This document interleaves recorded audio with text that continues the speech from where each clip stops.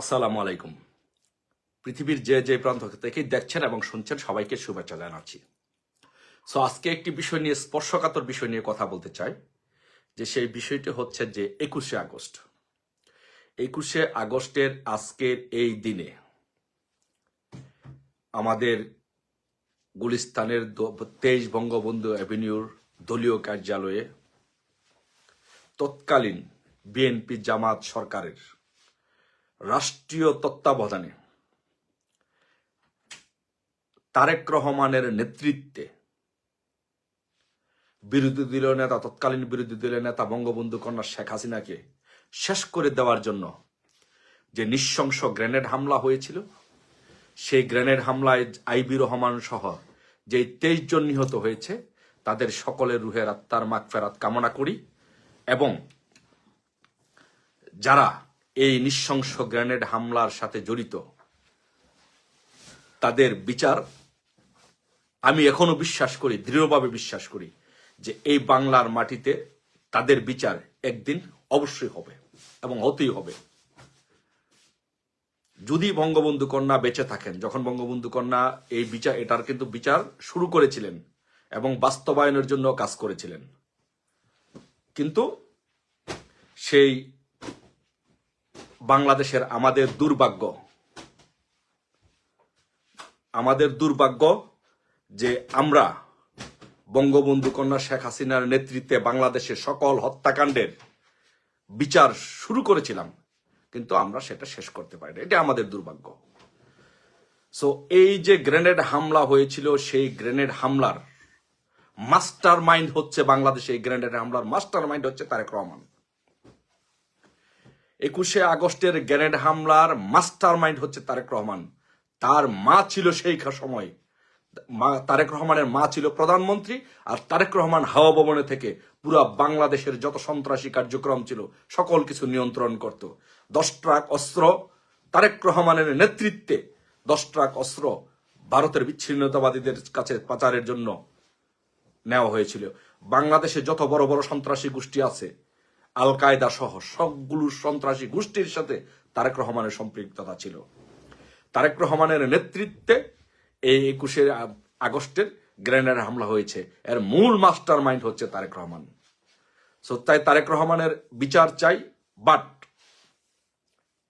চাই, কিন্তু বিচার চাওয়ার আগে আমি একটি বিষয়, একটু ঘটনার প্রেক্ষাপটটা যারা হয়তো অনেকেই জানেন না, এই ঘটনার প্রেক্ষাপটটা একটু বলি।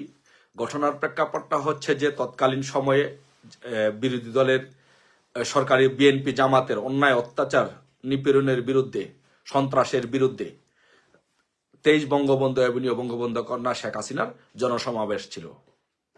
সেই সমাবেশে আমরা সাধারণতই যারা আমরা ঢাকা বিশ্ববিদ্যালয়ে যারা পড়ি বা নগর উত্তর দক্ষিণে যারা রাজনীতি করে, আমরা যারা হলে থাকি, তারা বিভিন্ন হল থেকে খণ্ড খণ্ড আকারে আমরা মিছিল নিয়ে ওই সমাবেশে যাই। তো সেদিনও সেই ধারাবাহিকতায় বিভিন্ন হল থেকে মিছিল গিয়েছে এবং ওই মিছিলের কিছু মিছিল ওইখানে যেতে পেরেছে, কিছু মিছিল যারা মিছিলে ওইখানে গিয়েছে তারা বিভিন্ন জায়গা ছড়িয়ে ছিটিয়ে চা খেতেছিল। হঠাৎ করে দমদম গ্রেনেড বিস্ফোরণ হয়। তারপরে লোকজন, আপনারা তো দেখেছেন টিভিগুলোতে, সবগুলো চ্যানেলে আপনারা দেখেছেন যে কি মানে গুলিস্তান 23 বঙ্গবন্ধু অ্যাভিনিউ একটা মৃত্যুপুরীতে পরিণত হয়েছিল। তারপরে আমাদের কাছে যখন খবর আসলো, হলের নেতৃবৃন্দের সাথে, যেহেতু আমরা তখন হলে নেতৃত্ব দিতাম, আমাদেরকে বলা হলো সবাই যেন আমরা ঢাকা মেডিকেলে যাই, ঢাকা মেডিকেলে গিয়ে আমরা যেন যারা আহত হয়েছে, যাদের রক্তের প্রয়োজন, তাদেরকে যেন আমরা রক্ত দেই। তা আমার তৎকালীন সময়ে আমার হলের নেতা ছিলেন আমাদের শেখ সোহেল রানা টিপু ভাই, পরবর্তীতে ঢাকা বিশ্ববিদ্যালয়ের সভাপতি হয়েছেন। উনি বললেন, সালাউদ্দিন, তাড়াতাড়ি ঢাকা মেডিকেলে আমাদের সবাই যেতে হবে, ওখানে গিয়ে রক্ত দিতে হবে, সবাই আসতে হবে। কিন্তু এই বিএনপি জামাত সরকার কতটা নিষ্ঠুর, কতটা পাষণ্ড ছিল, এই বিএনপি জামাত কতটা নিষ্ঠুর, কতটা পাষণ্ড, বর্বর ছিল, আপনারা একটু চিন্তা করে দেখেন। যে মানুষ মৃত্যুর মৃত্যু শয্যায় মানুষ কাতরাচ্ছে, রক্তের জন্য মানুষ মারা যাচ্ছে ঢাকা মেডিকেলে। যখন ছাত্রলীগের নেতৃবৃন্দ আমরা যখন রক্ত দিতে ঢাকা মেডিকেলের দিকে গেলাম, রওনা দিলাম, তখন আমাদের উপরে নির্বিচারে পুলিশ লেলিয়ে দেওয়া হলো, পুলিশ নির্বিচারে আমাদের উপরে লাঠিচার্জ করা হলো। ঢাকা মেডিকেলে কোনো ছাত্রলীগের নেতাকর্মীদেরকে ওইখানে রক্ত পর্যন্ত দিতে দিতে যেতে দেওয়া হয় নাই। আপনারা শুধু এইটুকু থেকে একবার বিবেচনা করে দেখেন, একবার শুধু অনুমান করে দেখেন যে বিএনপি জামাত সরকারের তারেক রহমান, আমি মনে করি যে তারেক রহমান এই বর্তমান যুগে নাম্বার 1 ফেসিস্ট।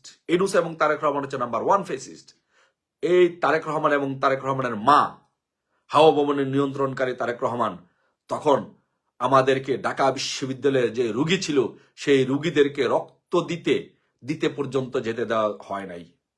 যারা রক্ত দিতে গিয়েছিল ঢাকা মেডিকেলে, রুগীদের পাশে দাঁড়াতে চেয়েছিল, তাদের উপরে নির্বিচারে পুলিশ দিয়ে লাঠিচার্জ করেছিল। পাশাপাশি ছাত্র দল লেলিয়ে দিয়েছিল আমাদের বিরুদ্ধে মিছিল করার জন্য। চিন্তা কত বড় অন্যায় জঘন্য কাজকর্ম ওরা করেছে। চিন্তা করেন যে একদিকে আমাদের উপরে আমাদের নেতাকর্মীরা আহত হয়েছে, 23 জন মানুষ মারা গিয়েছে, আমাদের রুগীরা হসপিটালে ভর্তি, দলীয় নেতাকর্মীরা। অন্যদিকে আমাদেরকেই পুলিশ আক্রমণ করেছে, আমাদেরকেই পুলিশ লাঠিপেটা করেছে, আবার পাশাপাশি ছাত্রদল আমাদের উপরে হামলা করেছে, ছাত্রদল মিছিল করেছে। তারপরে যেটা হলো, আমাদেরকে ওইখানে ঢাকা মেডিকেলে যেতে দেওয়া হয় নাই। তখন তাৎক্ষণিকভাবে আমরা রাজু ভাস্কর্যের এখানে সমবেত হয়ে তৎকালীন ঢাকা বিশ্ববিদ্যালয়ের সভাপতি দেলোয়ার ভাই, হেমু ভাই সহ, আমার হলের নেতা, আমাদের নেতা টিপু ভাই সহ আমরা এখানে মিছিল করি, প্রতিবাদ সমাবেশ করি। আমরা যেই মিছিল করেছি রাজু ভাস্কর্যের সামনে, যখন মিছিল করেছি তখন আমাদের মিছিলের উপরে আবার পুলিশ হামলা করে, আমাদের অনেক নেতাকর্মীদেরকে পুলিশ হামলা করে। তারপরে আমরা বাধ্য হয়ে আমরা পুলিশের সাথে সংঘর্ষে জড়াই, আমরা পুলিশের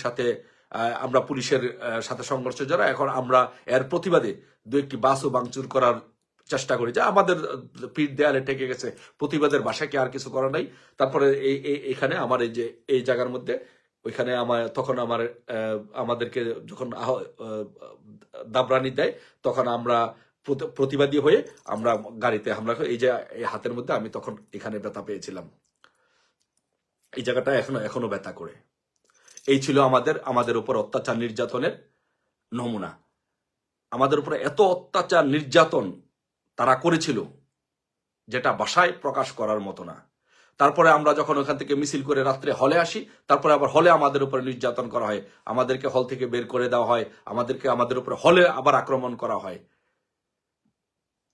বিএনপি জামাতের এই অত্যাচার নির্যাতন, সেটার মাত্রা এবং ভয়াবহতা কত ছিল সেটা তখন 2001 সাল থেকে 2005 সাল পর্যন্ত যারা না দেখেছে তারা কেউ বিশ্বাস করবে না। তারপরে সংসদ বসেছে, সংসদে বেগম খালেদা জিয়া, এই তারেক রহমানের মা বেগম খালেদা জিয়া, ফ্যাসিস্ট স্বৈরশাসক জিয়া রহমানের স্ত্রী বেগম খালেদা জিয়া বলেছিল শেখ হাসিনা ভ্যানিটি ব্যাগে করে গ্রেনেড নিয়ে গিয়েছিল।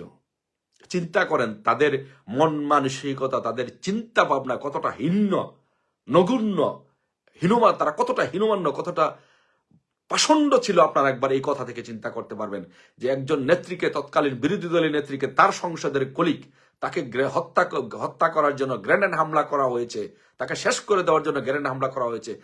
পাশাপাশি উনি সরকার প্রধান হয়ে, প্রধানমন্ত্রী হয়ে উনি বলে শেখ হাসিনা ভ্যানিটি ব্যাগে করে গ্রেনেড নিয়ে গিয়েছে। সো এই কথা থেকে আপনারা কি প্রমাণিত হয় যে তারা এটা পরিকল্পিতভাবে তারা শেখ হাসিনাকে হত্যা করতে চেয়েছিল, পরিকল্পিতভাবে আওয়ামী লীগের রাজনীতি নিঃশেষ করতে দেওয়া হয়েছিল, করার জন্য এই হামলা করেছিল। এই জন্য তারা এটা করেছে। সো তারা এই বিএনপি জামাত, তারা শুধু আজকে না, তাদের অতীত ইতিহাস যদি দেখেন, খুনের রাজনীতির মাধ্যমে তারা বাংলাদেশের রাজনীতিতে ইন করেছে। এই জিয়া রহমান অসংখ্য মানুষকে হত্যা করে, কর্নেল তাহের সহ অসংখ্য আর্মি অফিসারদেরকে হত্যা করে, অসংখ্য রাজনৈতিক নেতৃবৃন্দকে হত্যা করে, ক্ষমতা দখল করে, বঙ্গবন্ধুর হত্যাকারীদেরকে, যেই মোস্তাক গংরা বঙ্গবন্ধুকে হত্যা করেছিল, জিয়া রহমানও তাদের সাথে একজন কুলি ছিল। যে জিয়া রহমান ক্ষমতা দখল করে বঙ্গবন্ধুর হত্যার বিচার যেন না হয়, জিয়া রহমান যে ইন্ডেমনিটি দিয়েছিল সংসদে, সে এটা ইন্ডেমনিটি হিসেবে জিয়া রহমান পাশ করেছিল। একইভাবে এই শেখ হাসিনার বিরুদ্ধে, আওয়ামী লীগের বিরুদ্ধে, ছাত্রলীগের বিরুদ্ধে, যুবলীগের বিরুদ্ধে যে আইনগুলো হয়েছে, আওয়ামী লীগকে নিঃশেষ করে দেওয়ার জন্য যে ইন্ডেমনিটি বা অধ্যাদেশগুলো হয়েছে, তারেক রহমান তার বাবার পদ ধরে একই কাজ করেছে, সংসদে সেটা আইন হিসেবে পাশ করেছে। সেই জিয়াউর রহমান থেকে তারেক রহমান, জিয়া থেকে তারেক, সবার চরিত্র এক। তাদের চরিত্র হচ্ছে ফেসিস্ট, তারা স্বৈর শাসক। জিয়া রহমানের বাবা ছিল স্বৈর শাসক, জিয়াউর রহমান স্বৈর শাসক, জিয়াউর রহমান ফেসিস্ট, তারেক রহমান ফেসিস্ট। তাদের চরিত্র হচ্ছে ফেসিস্ট চরিত্র। আজকের এই দিনে আপনারা সেদিনের যে বিভৎস ঘটনা, সেটা আপনারা যারা না দেখেছেন আপনারা কল্পনা করতে পারবেন না। তারা যে কিরকম পরিমাণ অত্যাচার নির্যাতন আওয়ামী লীগের নেতাকর্মীদের উপরে করেছিল, সেটা আপনারা কেউ কল্পনা করতে পারবেন না। আজকের এই দিনে আইবি রহমান সহ যেই সব আওয়ামী লীগের নেতাকর্মীরা নিহত হয়েছেন, শহীদ হয়েছেন, তাদের সকলের রুহের মাগফিরাত কামনা করি। এবং এই ফ্যাসিস্ট খুনি মাস্টারমাইন্ড, 21শে আগস্টের মাস্টারমাইন্ড তারেক রহমান সহ সকল হত্যাকারীদের বিচার চাই। ইনশাল্লাহ বিচারে বাংলার মাটিতে একদিন অবশ্যই হবে। বিচারের রায় হয়েছিল,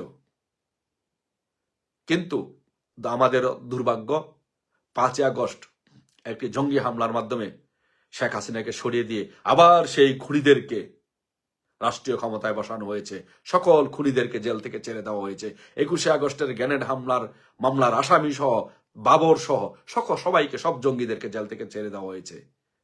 তারেক রহমান সে বাংলাদেশের জোর জবরদস্তি করে প্রধানমন্ত্রী হতে পারে, সে একজন খুনি, সে একজন খুনি প্রধানমন্ত্রী। সে 21শে আগস্টের গ্রেনেড হামলার মাস্টার মাইন্ড প্রধানমন্ত্রী। সে বাংলাদেশের বৈধ নির্বাচিত প্রধানমন্ত্রী না, সে একজন খুনি। সে 21শে আগস্টের মাস্টার মাইন্ড, সে জঙ্গিদের মদতদাতা। তাই এই জঙ্গি মদতদাতা, খুনি, 21শে আগস্টের মাস্টার মাইন্ড তারেক রহমান সহ সকল হত্যাকারীদের বিচার চাই। বিচার বাংলার মাটিতে ইনশাল্লাহ একদিন হবেই। সবাই ভালো থাকবেন। যারা 21শে আগস্টে নিহত হয়েছেন সকলের আত্মার মাগফিরাত কামনা করি। ধন্যবাদ সবাইকে। জয় বাংলা, জয় বঙ্গবন্ধু।